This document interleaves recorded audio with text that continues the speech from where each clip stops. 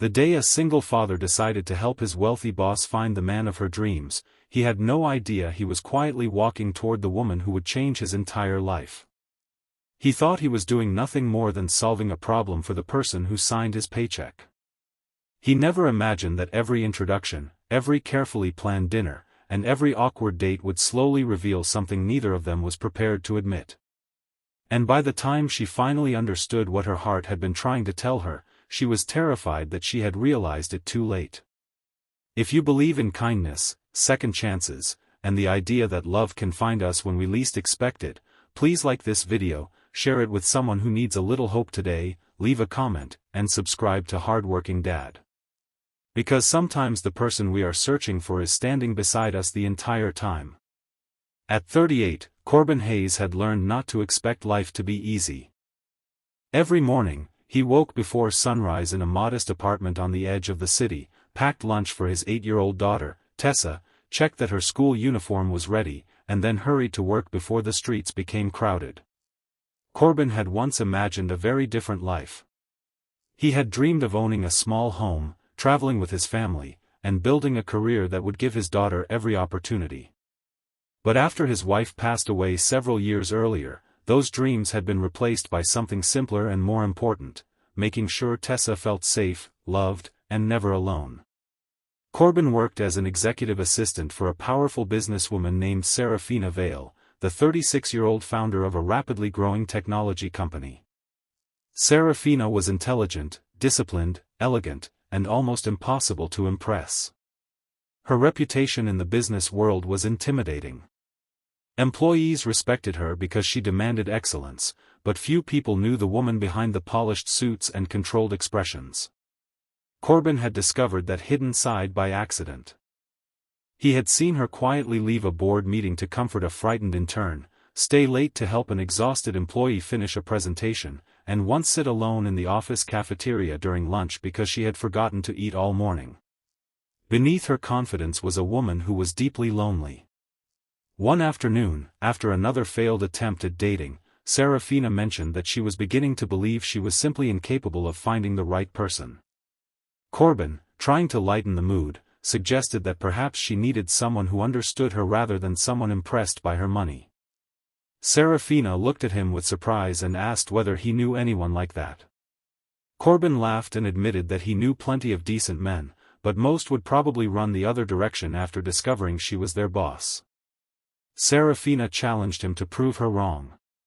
What started as a harmless conversation became a strange mission. Corbin would help Seraphina find her perfect match. He approached the task with the seriousness he brought to everything else. He quietly researched people in their professional circle, remembered Seraphina's preferences, and even arranged a few casual meetings. The first candidate was charming but spent the entire lunch talking about Seraphina's company and barely asked about her as a person. The second was wealthy, confident, and completely wrong for her. The third seemed kind but constantly compared himself to her success. Each time, Seraphina returned disappointed, and each time Corbin patiently listened. He never mocked her choices. He simply tried again. What neither of them noticed at first was how much time they were spending together. Corbin began seeing Seraphina outside the office, not because he was pursuing her, but because she trusted his judgment. They visited restaurants during bright afternoons, attended charity events, and occasionally stopped at a quiet cafe to discuss another potential match. During those moments, Seraphina slowly discovered that Corbin was nothing like the people who usually surrounded her. He did not care about her wealth. He did not flatter her. He remembered the little things, like how she preferred tea without sugar and hated crowded rooms. More importantly, he treated everyone the same way, whether they were the company president or the person cleaning the conference room. One Saturday afternoon, Corbin brought Tessa to the office because he had no childcare available.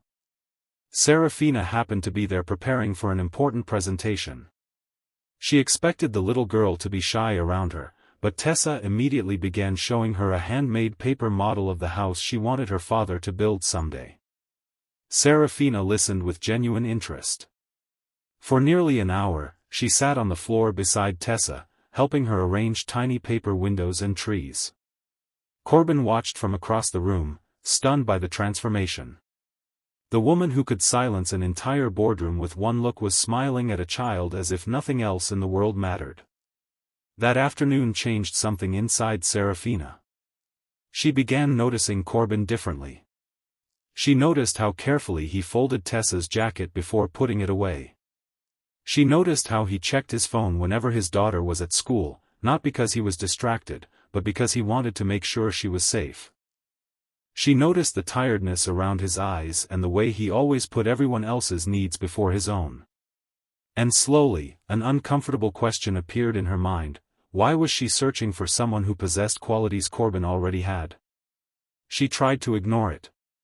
Instead, she became determined to find another candidate. She arranged a meeting with a successful architect named Rowan Mercer, believing he might finally be the perfect match. Rowan was thoughtful, accomplished, and confident. Seraphina expected herself to be impressed. Yet throughout the afternoon, she found herself comparing every little thing he did to Corbin. Rowan spoke beautifully about success, but Corbin lived it quietly every day. Rowan talked about family values, while Corbin demonstrated them without needing anyone to notice. When the meeting ended, Seraphina returned to the office strangely unsettled. Corbin asked how it went, and she told him that Rowan seemed perfect on paper. Corbin smiled and encouraged her to give him a chance. She stared at him for a long moment, suddenly realizing that the advice hurt. She didn't want Corbin to help her find someone else anymore. She wanted him to stop searching. But Corbin misunderstood her silence. He assumed she was simply nervous about another failed relationship. Because he respected the boundaries between them, he decided to step back. He stopped suggesting dates. He stopped sending her restaurant recommendations. He became more formal at work, and somehow that distance hurt Seraphina more than any failed date ever had. Then Corbin's life suddenly became difficult. Tessa became sick and needed several days of rest at home. Corbin took time away from work, worried that his absence would cost him his job. Seraphina could have easily found another assistant temporarily, but instead she rearranged the company's schedule and made sure Corbin could stay home without fear. She sent groceries to his apartment, organized remote work he could complete when possible, and quietly checked on Tessa through messages. Corbin was overwhelmed by her kindness. For the first time, he saw that Seraphina was not simply his wealthy employer. She was someone who cared. When Tessa recovered, she asked Corbin why Seraphina had not visited. Corbin smiled and said she was busy. Tessa looked at him knowingly and reminded him that sometimes grown-ups were very good at hiding what they wanted. Corbin laughed, but her words stayed with him. A few weeks later, Seraphina received an invitation to a major charity gala. Everyone expected her to arrive with a suitable partner, and her business associates were already speculating about who she might bring. She almost refused to attend. Then she realized there was only one person she wanted beside her. Corbin. She invited him, expecting him to decline because of their professional relationship. Instead, he agreed after making arrangements for Tessa to stay with a trusted relative. At the gala, Seraphina felt strangely calm for the first time in years. Corbin wore a simple dark suit, nothing extravagant, and yet she couldn't stop looking at him. He did not try to impress anyone. He simply stayed close, made sure she was comfortable, and smiled whenever she looked overwhelmed. Near the end of the evening, Seraphina finally understood the truth. Her perfect match had never been one of the men Corbin introduced. It had been Corbin all along. She remembered every ordinary moment, the lunches, the office mornings, Tessa's paper house, the groceries he carefully bought for his daughter, the way he listened when everyone else interrupted. She realized she had been looking for excitement when what she truly needed was peace. She had been searching for someone who could stand beside her, when the person she needed had already been standing there. But confessing those feelings terrified her. Corbin was her employee. She feared damaging his career, frightening him away, or making him believe she was offering him something because of her position. So she waited until she could find the right way to make it clear that this was not about money, power, or obligation. Several days later, Seraphina made the hardest decision of her life. She offered Corbin a senior management position in another division, completely separate from her direct supervision. She made sure his salary and responsibilities reflected his abilities, not their personal relationship. Only after removing the professional barrier did she finally allow herself to be honest. Corbin was stunned. He had spent months helping Seraphina find someone else because he believed she deserved a person who could give her more than a tired single father could. He had never considered that she might see his struggles not as weaknesses, but as proof of his strength. Their relationship did not become perfect overnight. There were difficult conversations, fears about judgment, and moments when both wondered whether love could survive the complications surrounding them. But they moved slowly. Seraphina became part of Tessa's world without trying to replace anyone.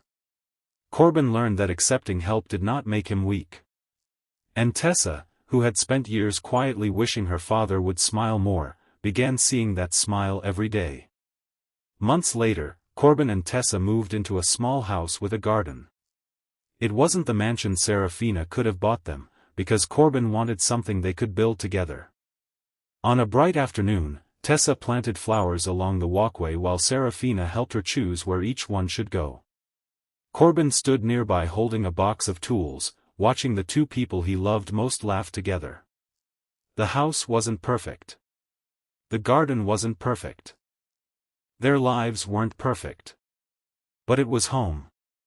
And Corbin finally understood that sometimes life doesn't give you the person you think you deserve. Sometimes it gives you someone who sees your scars, your responsibilities, your fears, and your unfinished dreams, and chooses you anyway. If this story touched your heart, please take a moment to like the video, share it with someone who believes in second chances, and subscribe to Hardworking Dad so we can keep bringing you stories about courage, kindness, family, and unexpected love. And before the story ends, here is a special request: comment, "Love finds a way," below if you believe the right person can enter our lives when we least expect it. Because Corbin had started the journey trying to help his boss find her perfect match. In the end, he discovered that the greatest love story of his life had been standing beside him all along. Sometimes we spend years searching for the person who will make us feel complete, only to discover that love was never about finding someone perfect. It was about finding someone who makes ordinary days feel meaningful, someone who sees the person behind the responsibilities, the mistakes, the exhaustion, and the past. And sometimes, the person we are helping to find happiness is unknowingly leading us straight toward our own.